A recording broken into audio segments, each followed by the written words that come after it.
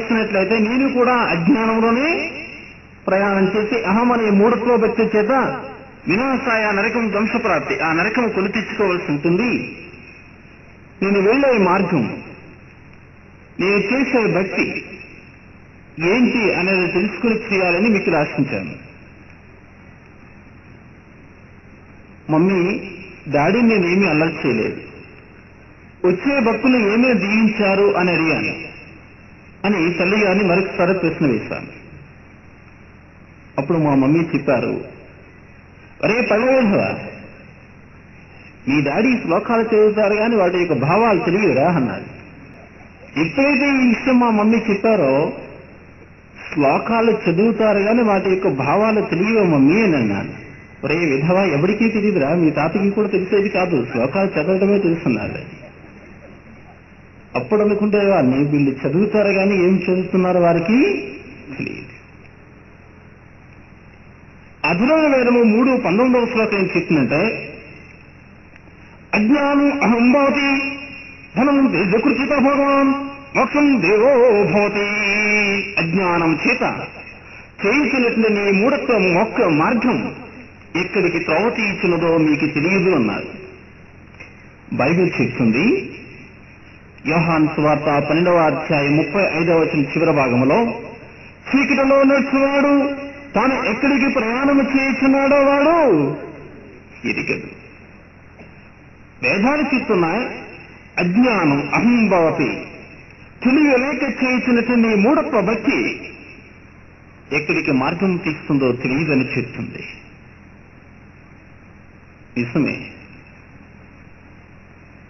మా మార్గాలేంటో తెలియదు, మేమేమి చేస్తున్నామో తెలియదు, ఏమి చదువుతున్నారో కూడా తెలియదు. అజ్ఞానమనే అహమనే భక్తిలో ఉన్నాం. ఇలా నా అన్వేషణ అసలు మనం చేస్తున్నటువంటి మార్గం, మనం వెళ్తున్నటువంటి మార్గం ఎక్కడికి, నేను చేస్తున్న భక్తి ఏంటి తెలిసి భక్తి చేయాలి, లేకపోతే వినాశాయ నరకం ధ్వంసప్రాప్తి, కాల్చిన నరకమే గతి. ఎప్పుడైతే ఈ శ్లోకం నా హృదయానికి వచ్చిందో, ఆ దిన నుంచి జ్ఞానం ఏంటి, అసలు మార్గం ఏంటి, అసలు ఏమి మనం దేనికోసం ప్రయాసపడుతున్నాం అన్న ఒక ఆలోచన నాలోని కలిగింది. వెంటనే డాడీ దగ్గరికి వెళ్ళి డాడీని ఒక ప్రశ్న వేశాను. డాడీ ఇంత భక్తి చేస్తున్నాం కదండి, ఈ భక్తి చేస్తున్నటువంటి ఈ భక్తులందరూ కూడా దేనికోసం భక్తి చేస్తున్నారు డాడీ అన్నాను. ఒరే విధవ, మోక్షం ప్రధాత పరబ్రహ్మ యోగ్యం సంప్రూప్తే దేవో భవ అన్నారు. ఆ పరబ్రహ్మ యోగ్య సంభూతిలో మోక్షం చేరుకుంటారా అన్నారు. అయితే డాడీ భక్తులు చనిపోయిన తర్వాత మోక్షానికి వెళ్తారా డాడీ అని అడిగాను. అడిగితే, ఒరే పళ్ళ విధవ, చనిపోతే కుక్కో నక్కో పిచ్చిగా ఏదో అయిపోతాడా అన్నాడు. మళ్ళా వేదం ప్రకారంగా మోక్షం చూస్తా అన్నాడు, చనిపోతే వీళ్ళందరూ మోక్షానికి చేరుతారని అడిగితే, ఒరే పళ్ళ విధవ, చనిపోతే కుక్కో పిక్కో నక్కో ఏదో అవుతారన్నారు. డాడీ నువ్వు చనిపోతే ఏటవుతావు డాడీ అని అడిగాను. అప్పుడు ఒరే పళ్ళ విధవ, పెద్ద మాట్లాడుతున్నా, పళ్ళు తీసేస్తాడు విధవ అన్నాడు ఆయన. అప్పుడు ఇదే ప్రశ్న మా మమ్మీ డాడీ దగ్గరికి వెళ్ళాను. మమ్మీ చనిపోతే ఎక్కడికి, ఒరే పళ్ళ విధవ, ఏదో పచ్చికో కాకో గిద్దో ఏదో అవుతాడు లేరా విధవరే అన్నాడు. అంటే చనిపోయిన తర్వాత ఏమవుతామన్న సంగతి కూడా వారికి తెలియదు, చనిపోయిన తర్వాత ఎక్కడికి వెళ్తారన్న సంగతి కూడా వారికి తెలియదు. అంటే వారి గమ్యం ఏమిటో వారికి తెలియదు. కారణం ఏంటంటే అజ్ఞానం అహం భవతి, అజ్ఞానమైన అహమనే మూఢత్వ భక్తిలో నలుడు ప్రయాణం చేస్తున్నారు. సంవత్సరానికి ఒక్కసారి ఒక్క ఆదివారం, సంవత్సరానికి ఒక్క ఆదివారం చర్చికెళ్ళిన ఒక నామకార్థపు క్రైస్తవుడిని అడిగితే, మరి బాబు చనిపోతే నీవు ఎక్కడికి వెళ్తావరా అంటే బల్ల కొట్టి చెప్తాడు, నేను చనిపోతే ఏసుతో పరదేశంలోనే ఉంటా. ప్రైజురాడు, హల్లెలూయా హల్లెలూయా. ఒక నామకార్థపు క్రైస్తవుడు సవాలు చూసి చెప్తున్నాడు, నేను చనిపోతే ఏసుతో పరదేశంలోనే ఉంటా. దివారాత్రులు కూడా వెంకటేశ్వర స్వామి దేవస్థానంలో అలివేలు మంగమర్చకత్వంలో పీఠాధిపతిగా పనిచేస్తున్న నా తండ్రి చనిపోతూ నీవు ఎక్కడికి వెళ్తానంటే ఏమవుతానో నాకు తెలియదు అంటున్నాడు. అంటే ఆయన గమ్యం ఏంటో ఆయనకి తెలియదు. సంవత్సరానికి ఒక్కసారిగా ఒక నామకార్థపు క్రైస్తవుడికి ఉన్నటువంటి నిరీక్షణ జీవానాత్మలు లింగార్పణ పీఠాధిపతిగా పనిచేస్తున్న నా తండ్రి గారికి లేదు. కారణం ఏంటంటే ఆయన గమ్యం ఏమిటో వారికి తెలియదు. వీటిని సంబోధిస్తూ వేదాలు ఏం చెప్తున్నాయంటే అడట భరకపుత్రం తేజకృత్యం భూముక్తి వర్గం తేజకృత్యత దేవోభవ. అడకంటే గాడిద, దడకంటే స్వభావం, పుత్రుడు అంటే కుమారుడు. ఈ గాడిదలో కొడుకులు గమ్యమేంటో వారికి తెలియదు అంటుంది వేదం. ఎవరికి గమ్యం తెలియదు? గాడిద నా కొడుకులకి గమ్యమేంటి వారికి తెలియదు అంటుంది. ఎవరు గాడిద కొడుకులు అంటే నవ్వుతున్న మీరే. రైతులా ఎవరండి గాడిద కొడుకులు? ఎవరండి గాడిద కొడుకులు? ఎవరండి గాడిద కొడుకులు? ఎవరమ్మా? మీరందరూ స్టేజీ దిగితే కొట్టినట్టున్నారు నాకు. ఎవరు గాడిద కొడుకులంటే అహం తేజకృత్యత జ్ఞానం విచక్షతే అహం సీత జ్ఞానాన్ని వెతికలేనందువలన అడక దడక పుత్ర గాడిద స్వభావముగా జనులు మారిపోయారు. అందుకే ఒక్కొక్కసారి హిందువులు అంటారు, ఒక బ్రాహ్మణోత్తంలో పిల్లలు అంటారు, ఒరే గాడిద కొడుక ఏం చేస్తున్నారు అంటాడు.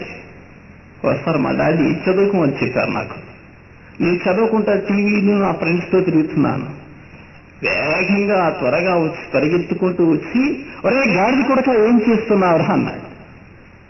అప్పుడు మా డాడీని సూటిగా ప్రశ్న వేశాను, డాడీ నేను గాడిద కొడుకునా అన్నాను.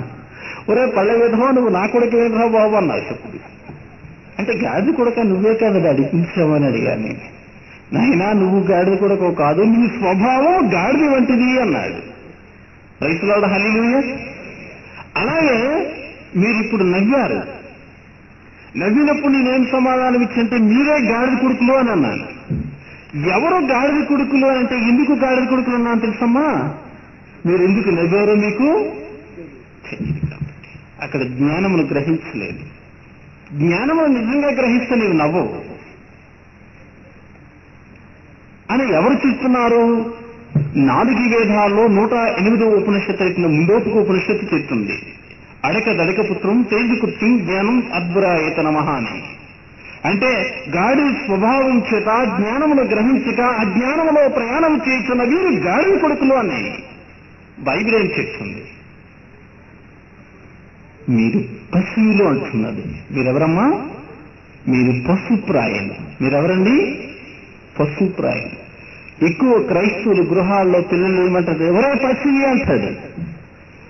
అప్పుడు వాడు తిరిగి ప్రశ్న, అమ్మా నేను పశువు పుట్టానా అని అంటే, నాయన నువ్వు నా కొడుకుని, నీ యొక్క స్వభావము పశుప్రాయతనం వంటిది అని అర్థం. ఎవరు పశుప్రాయులు? ఎవరు పశుప్రాయులండి? ఎవరు పశుప్రాయులమ్మా? మీరు పశుప్రాయులు. ఎవరండి? మీరెవరండి?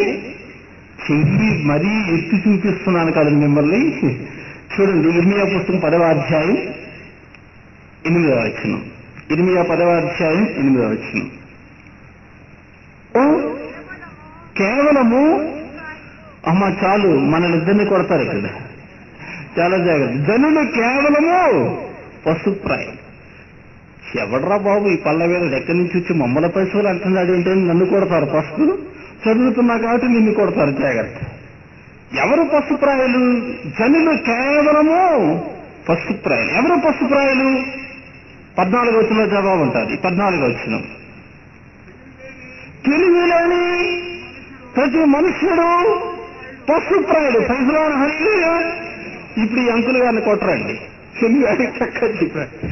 తెలివిలేని ప్రతి వాడు కూడా పశుప్రాయుడు. నీవు చేస్తున్నటువంటి భక్తి జ్ఞానానుసారమైన భక్తి అయితే నీవు మోక్షాన్ని చూడగలుగుతావు. గాడిద కొడుకుమని అనిపించుకోవు, పశుప్రాయుడమని అనిపించుకోవు. నీవు అజ్ఞానం చేత అహంతో కూడా మూఢతో భక్తి చేసినలా నీవు పశుప్రాయుడు. నీవు చేస్తున్నది నీవు జ్ఞానంతో చేస్తున్నావా, అజ్ఞానంతో చేస్తున్నావా? ఆత్మానుసారంగా చేస్తున్నావా, ఆచారపూర్వకంగా చేస్తున్నావా? ఆచారపూర్వకంగా చేసినట్లయితే నీవు పశుప్రాయుడు. ఆత్మానుసారంగా చేసినట్లయితే నీవు జ్ఞానవంతుడు. వారు పశుప్రాయులు, జనులు కేవలము పశుప్రాయులు. 8వ వచనం ఏమన్నా, జనులు కేవలము పశుప్రాయులు. 14వ వచనం ఏమన్నాండి, తెలివి లేక మనుషుడు పశుప్రాయుడు. ప్రైసలాడు. హల్లెలూయా, హల్లెలూయా. క్రీస్తు ప్రియులారా, జనులు ఎందుకు పశుప్రాయులుగా మారిపోయారంటే తెలివి లేక. ఏమి చేస్తున్నారో తెలియదు, ఏమి జీవిస్తున్నారో తెలియదు, ఏ శ్లోకం చదువుతున్నారో తెలియదు. కేవలము పశుప్రాయితనమనే వ్యక్తిలోనే దేశం నడుస్తుంది, రాష్ట్రం నడుస్తుంది, స్థానిక గోదావరి కనిపట్టణం కూడా నడుస్తుంది. ఎందుకు వెళ్తున్నారో, ఏమి చదువుతున్నారో, ఏమి జీవిస్తున్నారో, ఏమి చేస్తున్నారో